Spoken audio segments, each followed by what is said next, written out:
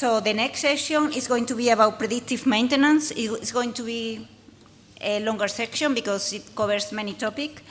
And the section is going to be moderated by Federico Di Gennaro. Federico is a civil engineer. He worked for Autostrade per l'Italia. And so the floor is to you, Federico.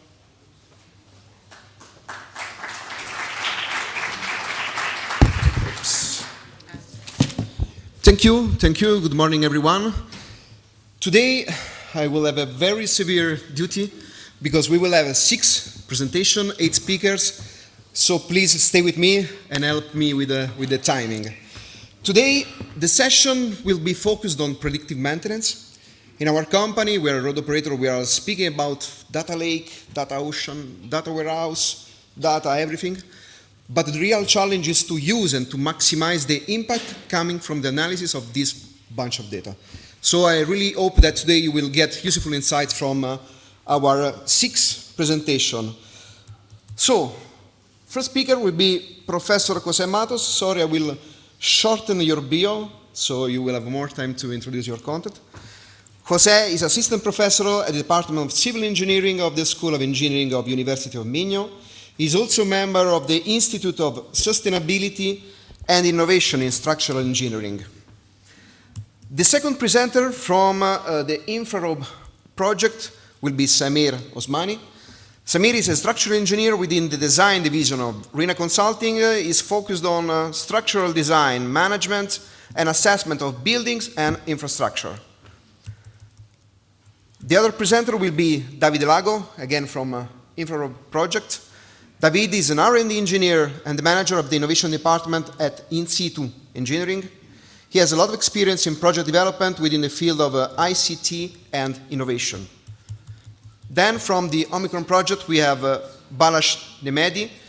Balázs is a software developer at Régens. Régens is an ICT company specialized in bespoke software development, web and mobile development, and cloud and IT services for partners from SME to Fortune 500 companies. Again, from OMICRON project, we have Nuria Garcia de Villa. She's an architect with a strong foundation in BIM methodology at Prointec. She's developing the corporate BIM methodology and providing support also to the entire Indra group, working on projects such as Rail Baltica and European innovation initiatives. I told you so many speakers today. Paula Lopez from OMICRON project. She's a member of the CIMOSA R&D department since 2021. She's specialized in transport infrastructure and mobility sector with a focus on advancing digitalization and monitoring technologies, especially health monitoring, data science, artificial intelligence, geographical data management. Then we have Israel Hernandez.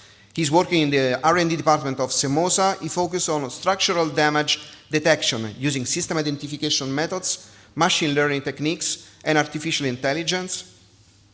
Then, the last speaker from the OMICRON project, Muad Tabish Bilal. He's an adjunct professor and a research fellow at the University of Genoa in Italy.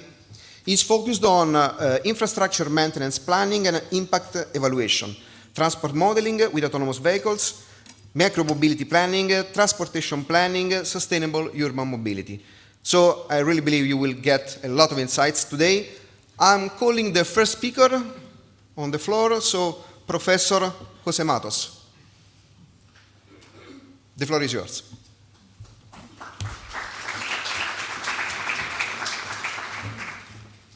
So, thank you very much. It is a pleasure to be with you today. Okay.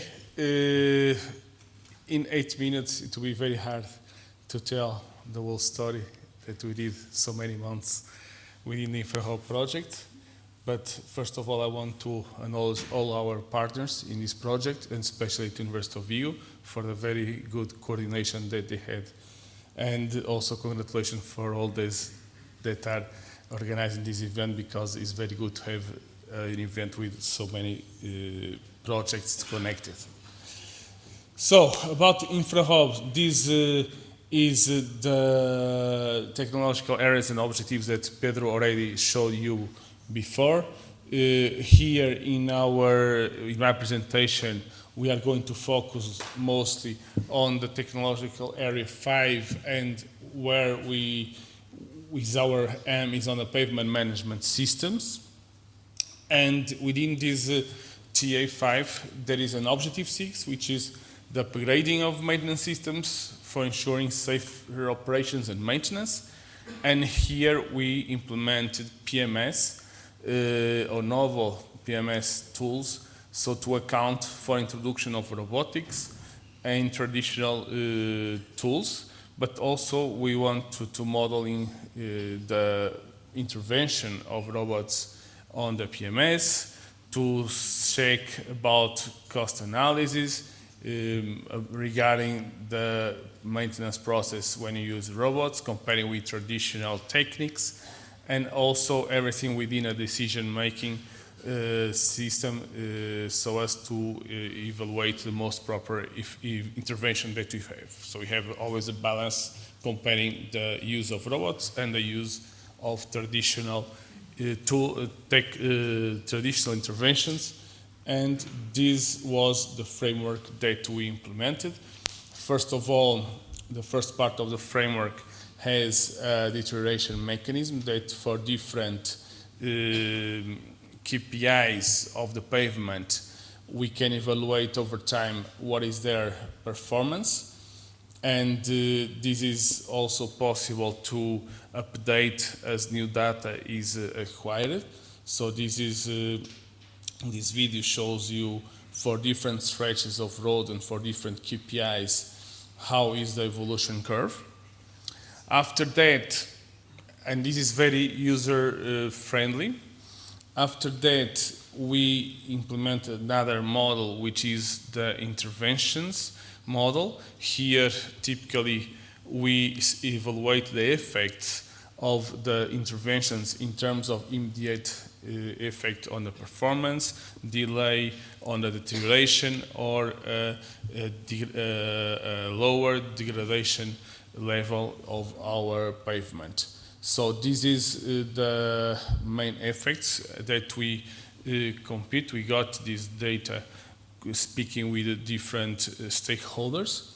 And then the idea was to integrate such data into our performance model, predictive models, and for different scenarios to evaluate what will be the impact of our interventions in the different KPIs of our pavements, of our stretch of pavements. Here in this video, you can have an example. For instance, in a case of a demolition but a rebuilding of a pavement stretch, what will happen? So there will be immediate lack of capacity, and then we will recover from the first condition when we will make the replacement. So the next point is we can have many possible scenarios of interventions. What is the best when? And here, typically, we consider costs and performance as the main KPIs for establishing the optimal solutions. So you can see over there the Pareto curve with many solutions, and then we leave the possibility of the owner to decide upon the best solutions from those that you have. This can be implemented with 2 objectives, can be implemented with more objectives, depending on the user side. And also we can establish different restrictions in terms of money, in terms of performance, and restrictions also in terms of for each KPI specifically. So, also the other interesting thing was the network optimization. We were able to combine for all the stretches when we don't have, or when we don't want to do an analysis of one stretch, but all set of kilometers, how we should proceed. And here you can see in a bottom-up approach how we could combine them, and this way to establish optimization and decision-making, but in a networking level, not only in one single stretch of pavement. We use this to compare traditional interventions that we know with the ones from robots, so we need to get information about the effects and the costs of such interventions when we use traditions and robotized interventions. And here you can see through this ratio that in many of the situations, robot interventions are much more efficient than traditional, but in others they are not so efficient. This depends on the ratio of performance and also on the costs. So as a conclusions, and I hope to accomplish the 8 minutes, we can say that we implemented here an integrated framework for maintenance optimization, not only in the stretch of pavement, but also at the networking level that incorporates the iteration model, the performance evaluation for the different KPIs, but also the interventions and the decision-making process. The other thing important is the user-centric and flexible approach that this tool will have, because anyone could fix constraints, what KPIs want to analyze, what are their optimal achievements that you wish to achieve not only in a stretch but at the networking level. And finally, the optimal maintenance schedules that we can get from here, not only using traditional interventions but also the ones due to robots. So thank you very much. I'm happy for any question and wish you a great workshop. Thank you.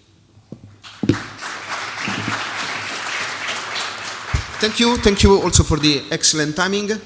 I'm calling on the stage Samir Osmani, and in the meanwhile I can see that you can have the chance to have the Q&A session at the end of all the presentation, and I will call all the presenter, one per presentation, on the stage. Okay?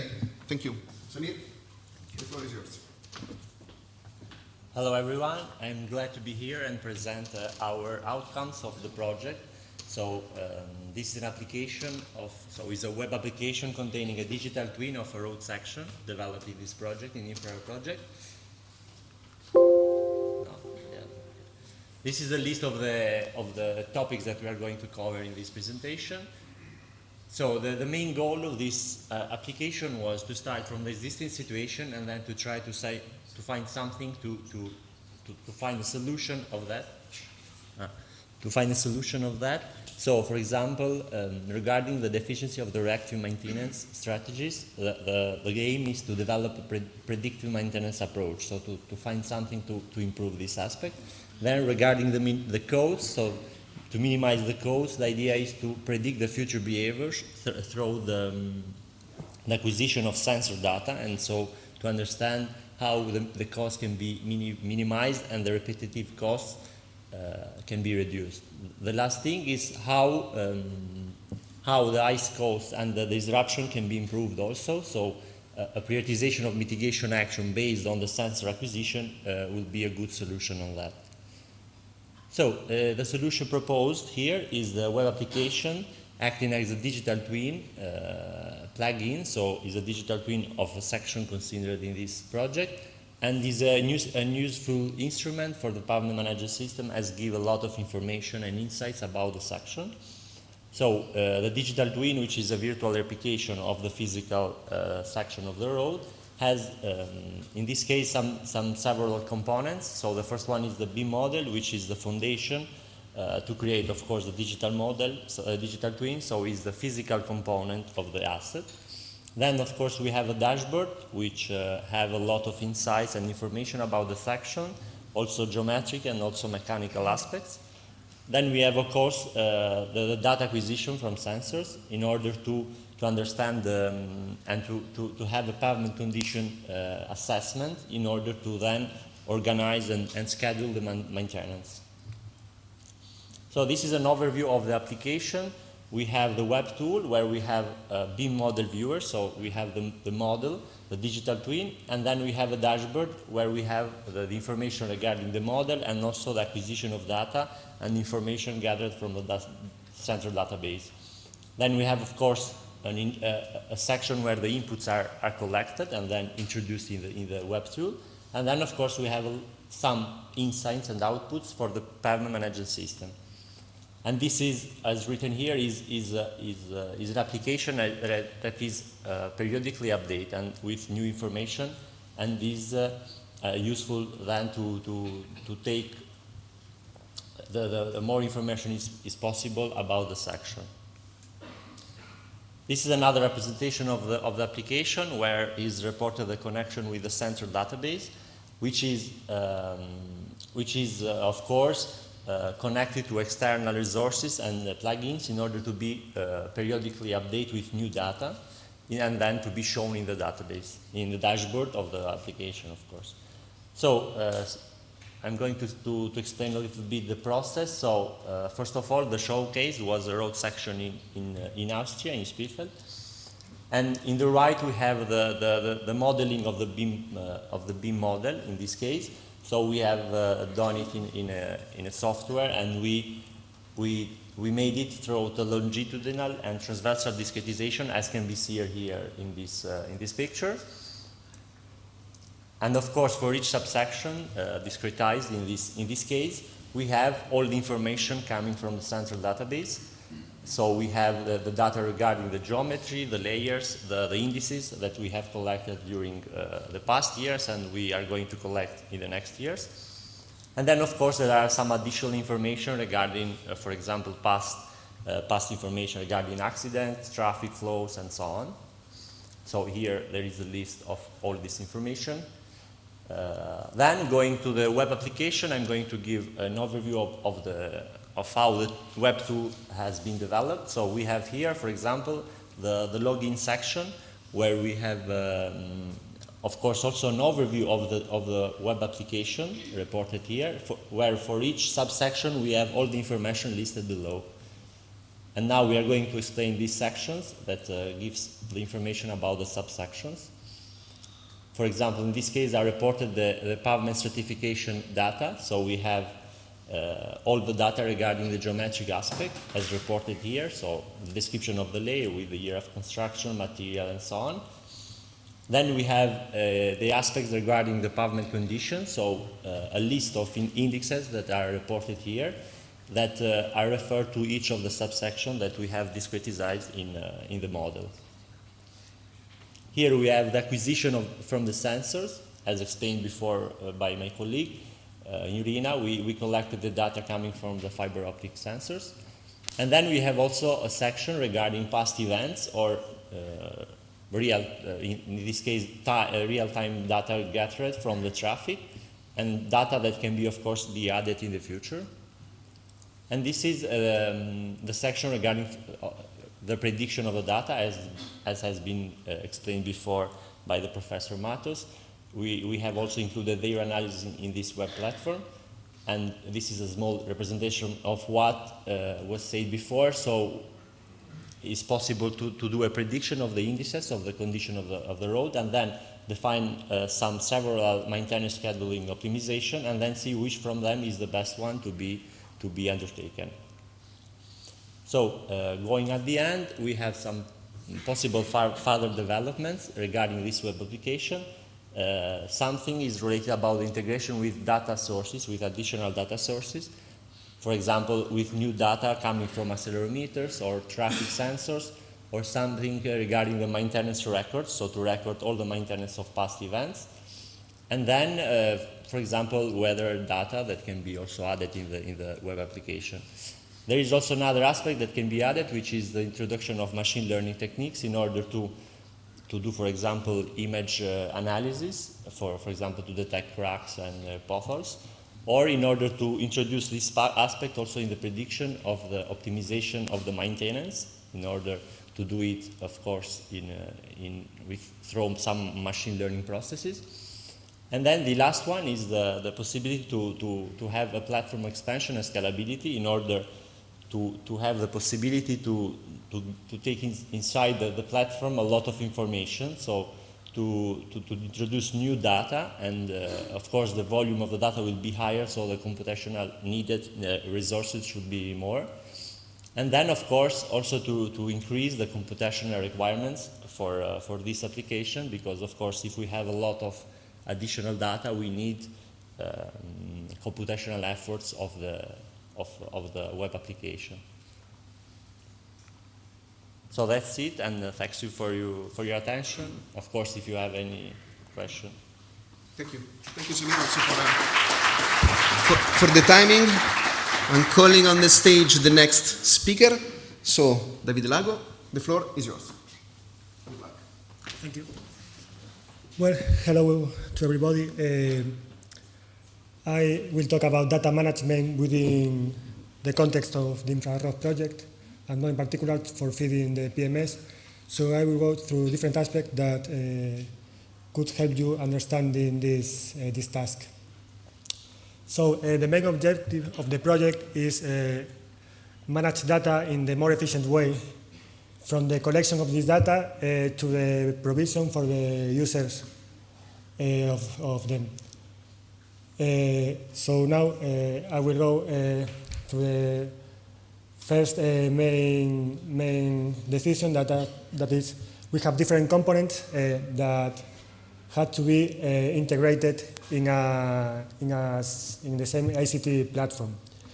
These components are the pavement management system solution, the digital twin, both backend and front-end applications, and two database management systems. The main InfraROB spatial database and an SQL Server database needed by the digital twin. So going deeper into the main InfraROB database, it was designed thinking on the characteristics of the data collected and stored in the database. That there are two main characteristics. One is that it comes from multiple data sources, and the other one is that it is data reference to a location in the real world. So thinking on this requirement and some more else, we designed and implemented a database using PostgreSQL as the database management system, with the addition of the Postgres extension for having special capabilities, such as the addition of geometric creation functions, or also for having a special indexing that makes the queries more efficient. We divided also the database in three different schemas for organizing the data collected and the functions associated, that are a traffic schema that stores all the traffic-related data, such as the data collected from the V2X devices. The second one is the payment schema with all the data related with the payment status and condition, and also those data related with the BIM model. And the third one, that is the public schema, which stores functions common for both previous schemas. All these components that I explained before, as I said, have to be integrated in a same ICT platform. So we collected and studied the requirements for the different components to specify the requirements of the server that we had to implement. So thinking on these requirements, we decided to deploy a server on the cloud using Google Cloud as a cloud provider. And we worked on the accessibility and security of this cloud and the components implemented inside this server. As for example, working on the establishing of different users with different permissions and access to some different data. To interconnect all these different components, we also had to work in the communication interfaces that interconnect all of them. So for these communication interfaces, we decided to use Python as programming language, together with industrial standard protocols such as HTTP request or REST services. As a particular example, for make the main InfraROB database as a REST service, we use the PostgreSQL API. Going to a circumstance that I think has more interest in the communication between the digital twin and the PMS. The database acts as a gateway, but we found that can raise a problem due to the execution time of the PMS, because the PMS can take some minutes for some of these processing operations, but we don't want to freeze the digital twin so much time to make available digital twin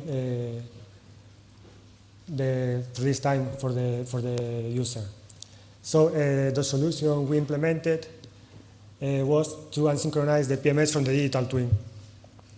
To do that, we use a query that we add to the database structure. So on the one hand, the digital twin requests data from the database, and in case that this data came from an execution of the PMS, the database returns an ID that identifies the request and take care of this of calling the PMS. And the digital twin can later on request the results. If the results are ready, the database returns the results, but if not, database returns to the digital twin and status with a code status with the situation of this running.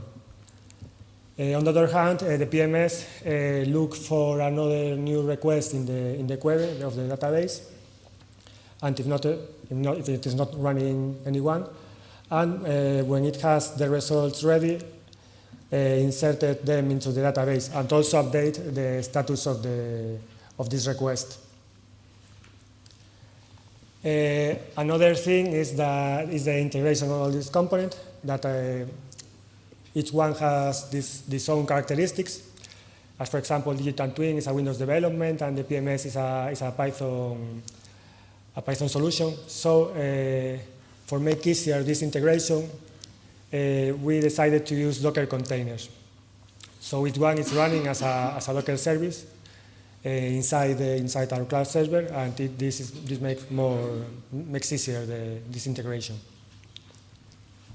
And finally, I only want to say that we validated all these different components, how they worked inside the cloud, and we also worked the complete workflow of this PMS and digital twin operations. And also we forced some error situation to check how the server answered these particular situations. And I think this is all from my side. So thank you.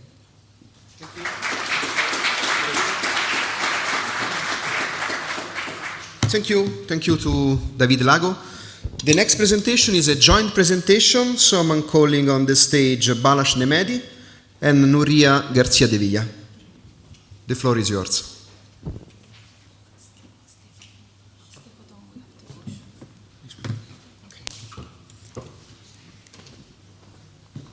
Good morning, everyone.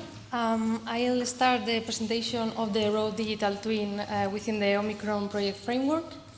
And the main goal we had regarding the creation of this digital twin was the development of a digital tool where all the information of an asset, information graphical and also non-graphical, is stored, as well it is accessible and available for the users.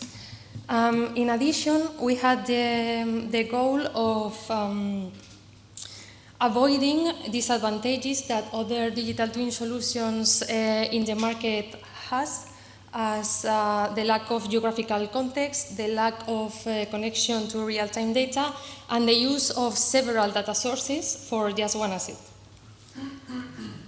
Into this platform, the users can find mainly two features that are the digital twin itself and the decision support system. And for both, we have developed online viewers that are embedded into the tool that provide the users visual support regarding the asset they are working on. Inside the tool, we have connected the GIS environment to the BIM environment. Those are the kind of viewers we have developed. And the connection is made by drawing a specific area of the road in the GIS environment, and when the user clicks in it, the VIM model of that specific stretch of the road is displayed in the screen. And we have also connected each element of the asset to its non-variable and real-time data through a unique identifier that we have given to each element both in the 2D viewers and in the 3D viewers. This said, now you will watch a video that shows how this tool works, and after that my colleague Balázs will continue with the presentation. Welcome to the OMICRON platform. In this video, we show you the platform's functionality, focusing on the digital twin section. The application is available through a web browser after login. Getting started on the platform is simple and intuitive. First, select the specific highway you want to work with from the list of pre-registered highways. The interface consists of two main sections, the digital twin and the decision support system. Both sections have a similar structure, where each submenu opens into an information panel and a visual panel.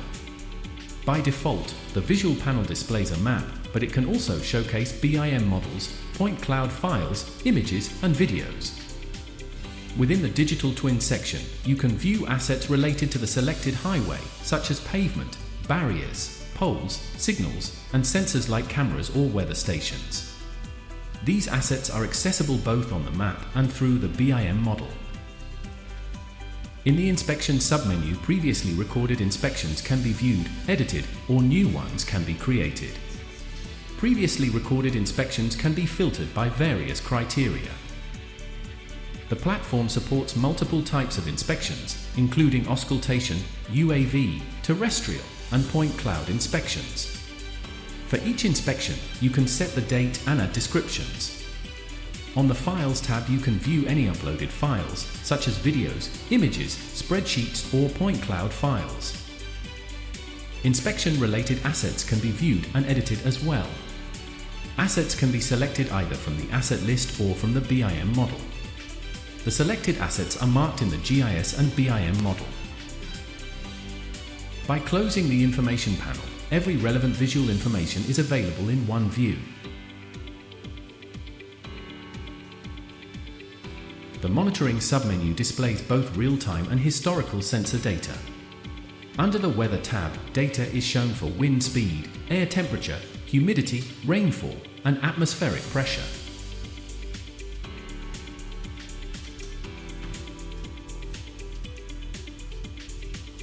The Camera tab presents live video feeds from road-mounted devices. The Bridge Monitoring tab provides specific sensor data for tracking bridge conditions. The digital twin is integrated with the decision support system, creating a seamless connection between data and decision-making tools. Here, detailed information on pavement conditions is available, with each segment visualized on the map. Indexes and predictive insights are accessible for a more informed overview.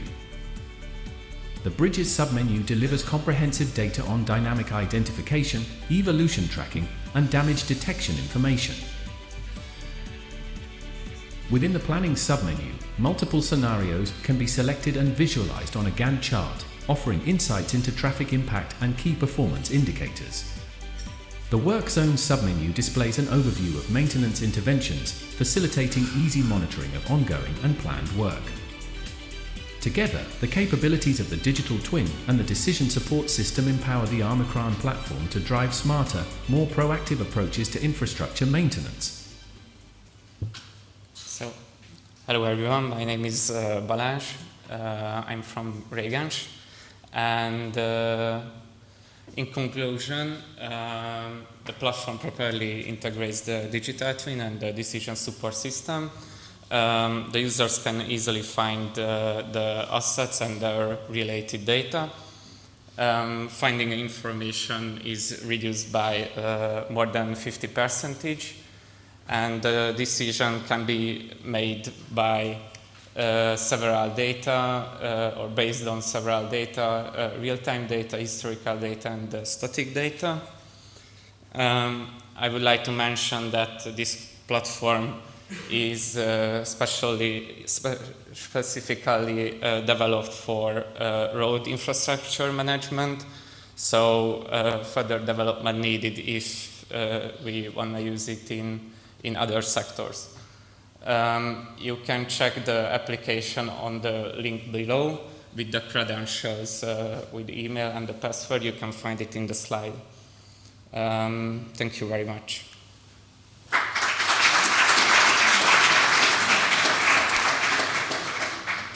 Thank you. Yes. Thank you to both. Again, excellent timing. The next one will be a longer presentation. So, Paula from CEMOSA and Israel. This will be a bit longer presentation, but please start thinking about your question at the end of all the presentation. Okay? Thank you. The floor is yours. Thank you, Paula. So, good morning, everyone. My name is Paula. In Israel, my colleague and I will be presenting CEMOSA developments within OMICRON project. CEMOSA Digital Twin, Decision Support Tool, Bridges and Pavement. Well, this is just to provide a bit of context. As you've seen in the previous presentation, one of the main outcomes from the project is OMICRON Intelligent Platform, showcased in the box. This platform is taking real-time and real information from the assets, storing it in the digital twin layer, which is in close relation with the decision support tool. Our part of the development is the first element, infrastructure condition, in which two types of infrastructure are being analyzed, bridges and pavement. And the second part is the asset management plan optimization that will be explained in a further presentation by University of Genoa. Well, the objectives of the decision support tool are being shown there. They try to reduce the volume of interventions, the maintenance costs, the hazardous situations, and to increase the availability of the network. Well, for the motivation, I believe that the importance of the roads and the pavement in our system is undeniable. Machine learning is entering a broad variety of fields to improve the challenges and the limitations from the traditional methodologies. And well, with this kind of research, we're trying to close the gap between the theoretical developments and the practical and real-life scenarios, creating decision-making, optimizing the decision support, and in resume, obtaining more optimized, safe, and sustainable infrastructures.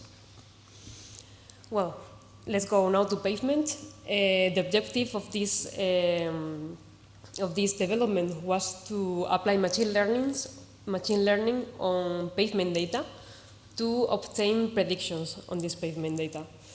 As you can see in the workflow, we were provided from the demonstration pavement data that is used within a model to predict next year pavement parameters data.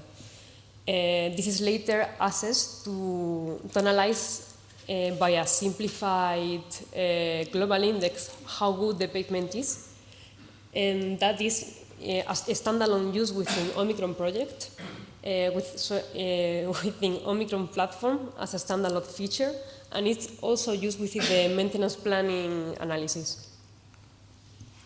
Well, the data that was provided and is basic for this kind of analysis is historical data of 3 different pavement parameters of A1 road in Italy. We have International Roughness Index, which measures the road smoothness, side force coefficient, which means the lateral friction or the grip between the road and the tire, and the texture parameter.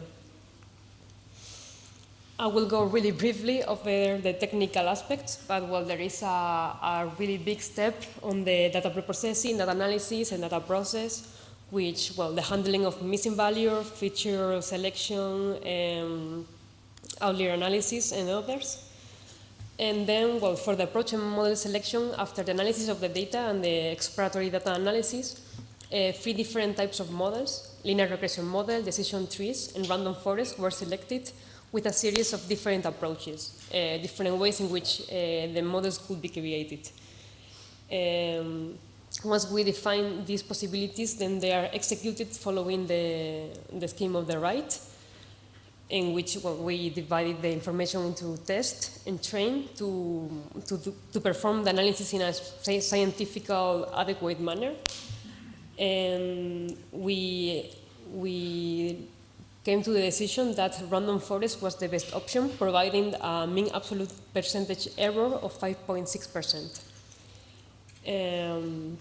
This train model was used for prediction of next year, which will be shown as an output in the next slides, and used to estimate the condition of the pavement and to use within the maintenance algorithm. Well, so as a conclusion, historical data is adequately used for machine learning techniques to predict next year pavement parameters and pavement status. The results are integrated within OMICRON platform and used for the maintenance algorithm. And this algorithm is as modular and flexible as possible. The video shows how this is integrated within the platform. So you can see the road with the different segments and with the predicted values of each segment of the road, and the colors show the condition. Well, the platform, as you've seen before, is really user-friendly and can show a lot of information in a visual and interesting way. Now Israel will be presenting the bridge sites.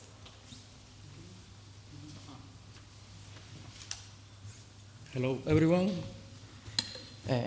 Today, the need to digitize and monitor structure has become more critical than ever. A study by major organization on highway bridges highlight the importance of investing in monitoring structure and develop methodology for the early detection and identification of the damage. One striking example is the collapse of the I-35W bridge in United States, along with the Carola Bridge in Germany. These events highlight the importance of investing in that topics. At CEMOSA, we are actually working to address this challenge. Our method starts with the identification of the dynamical property of the bridge for the entire monitoring period. This property will only be altered in presence of damage. It's common for this property to be influenced by external variables such as temperature and humidity, making it necessary to eliminate them. Using the previously identified dynamical property, it's possible to update a finite element model to enabling the detection and identification of the damage on the bridge. Today, we present as our case of study the Setefonti Bridge. This bridge is part of the A1 highway in Italy. It was opened to traffic in 1960, and given his extended service life, a monitoring system has been installed for a period of 11 months. This system includes accelerometer, strain gauge, temperature sensor, and other advanced sensor to analyze the condition of the bridge. The dynamical property are initially identified for the entire monitoring period. These properties include the frequency, the mode shape, and the damping radius.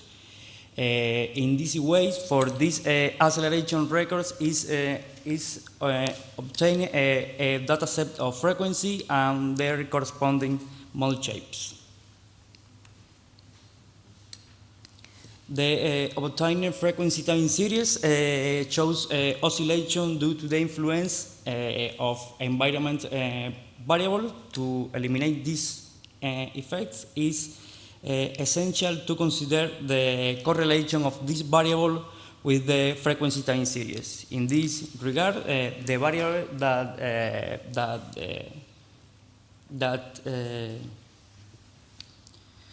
The variable that shows the best correlation is the air temperature, and the effects on the frequency time series are eliminated using a linear regression model.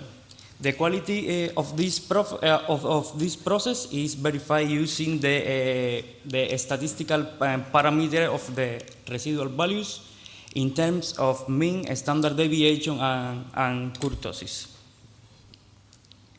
Once the time series free from the effect of the environment variables are obtained, damage detection is performed using a control chart.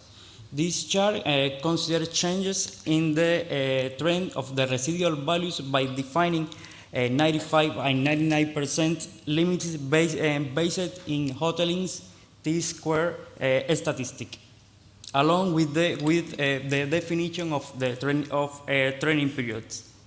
It's evident from the increase in the point after the training period, which imply a gradual deterioration of the bridge. To gain a more comprehensive understanding of the damage, incorporating a numerical model is essential, as this model accounts for factors such as the boundary condition, the material properties, the geometry, and the mass distribution. This allows for the generation of a stiffness time series for various bridge components based on an optimization process using the experimental data. Damage can then be identified by detecting changes in the distribution of the stiffness time series. Finally, in this case, to ensure the reliability of the obtained results, we have built a deep neural network based on autoencoder to estimate anomaly in the strain gauge time series. As a result, we obtained the same anomaly period as the control chart and identified the area of the bridge with the higher risk of damage.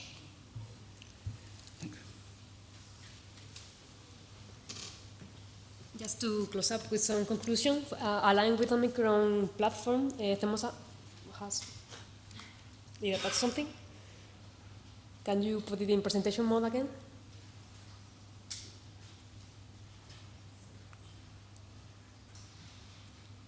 It has developed its own platform for integrating the results from this kind of assets.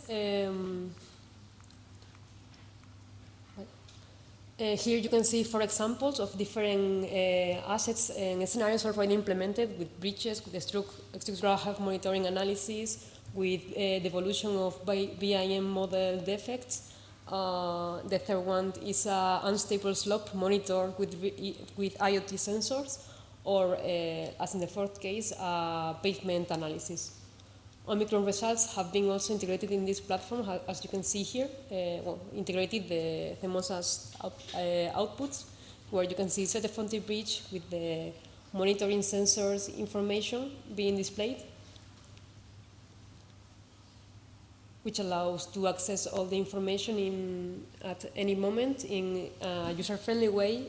You can also access the structural health monitoring outputs from the analysis, the mode shapes, as Israel presented, the evolution of the different features to analyze the possibilities of damage, and statistical analysis, and of course the damages results and different thresholds and definitions. Pavement data and pavement analysis are also integrated in CEMBOX, and as shown here, which also shows the different segments with their different pavement parameters predictions and their different conditions. So in conclusion, infrastructure condition with DSS scope, we have managed to use pavement data to predict pavement condition. We have used bridge monitoring data to analyze the condition of the bridges, and we have interconnected all these results with the DSS, and finally integrate all the outputs within OMICRON platform. This all is englobed within the shift of promoting towards predictive maintenance. And well, if you will have time to make your questions if you have any in a moment. So thank you very much, and thank you for your time.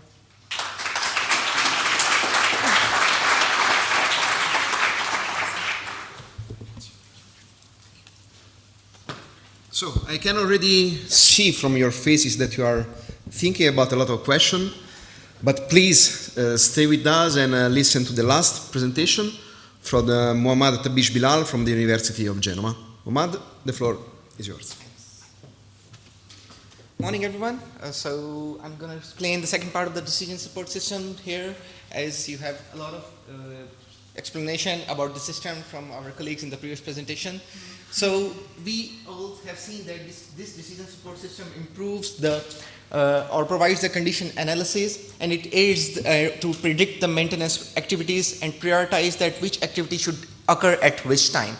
So not only that, but this optimization plans or the maintenance plans use the traffic impacts to exactly predict that at which time which maintenance activity should occur, so as to least the impacts on the traffic network or on the traffic that is present on the network at that moment.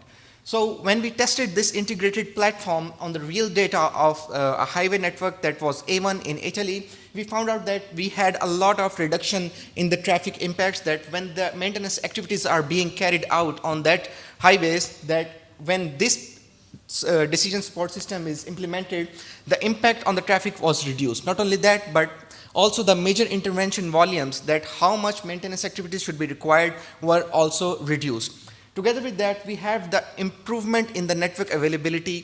For example, when the maintenance activity is carried out on the network, for sure the network capacity is reduced, but by prioritizing the maintenance activities or optimizing the maintenance plans, we can have the improvement in the availability of the network. Similarly, we reduce the maintenance costs and we reduce the road hazard index, which was related to the safety parameters. So going into the technical parameters of the decision support systems, we use two different types of data, which is the operational data consisting of traffic, the work zone locations, the configurations, and the conditions data, which you have seen in the previous presentation, which requires the pavement parameters, the bridges data. So out of these two operational data, we simulated the traffic using the operational data, and we reduced the data, we used the data analysis for the pavement condition data. So out of them, we had the traffic performances with us, and we have the asset or infrastructure conditions with us. Using these two major conclusions from the data, we were able to make the maintenance planning graphs with us. So after using this flow of the data and the analysis and the evaluations, we were able to find out the maintenance plans and the performance indicators. So for the operational side of the data, we use that data to predict two different types of configurations for the maintenance. The first one was the traffic deviation, and the second one was the lane closure.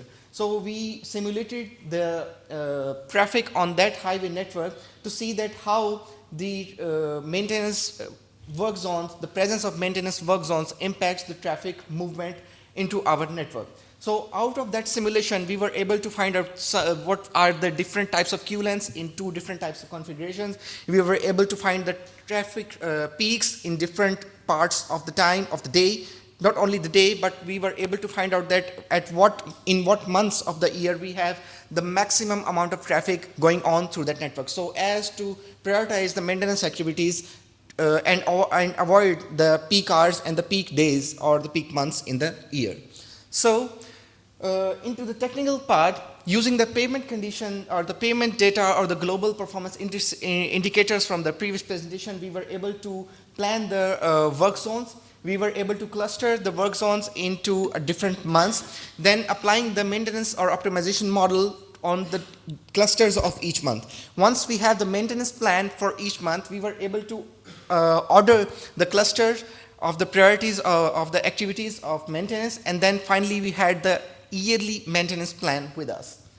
So in our optimization algorithm for the maintenance activities, we had 5 objectives, but out of those 5 objectives, the 2 objectives, that is the first and the second, were the most important one, which is the priority of the maintenance activities and the degradation of the part of the highway on which the maintenance activities is going to be carried out. So out of these objective functions, we have 2 major decision variables to decide that which activity should be carried out at which time. The first variable was the assignment of the work zones to the different time intervals, and the second is the configuration, that either you should carry out that maintenance activities by closing the lane or just deviating the traffic from one lane to another. And we were able to find out different KPIs from this maintenance algorithm using 3 different scenarios. So the scenarios was dependent on the traffic impacts, the second was based on the condition of the highway, and the third scenario takes into account both the factors, that is the traffic and the condition of the highway. So as you have seen in the video of Régens as well, when they were showing the decision support system platform, we were able to reduce some maintenance plans, as you can see on the left side of the figure, for different months, different days of the month, that at which part of the month the maintenance activity should be carried out, and the different colors, that is the light blue and the dark blue, shows us that which configuration should be taken into account when you are carrying out that maintenance activity. So lastly, this decision support system will for sure promote the shift towards user-oriented predictive maintenance, because we are taking into account the traffic parameters. So we are not only taking into account the infrastructure or the contract manager or infrastructure manager parts of parameters, we are also taking into account the user parameters by seeing that how the users are going to be affected when they are going to use that highway section in which the maintenance activities are going on.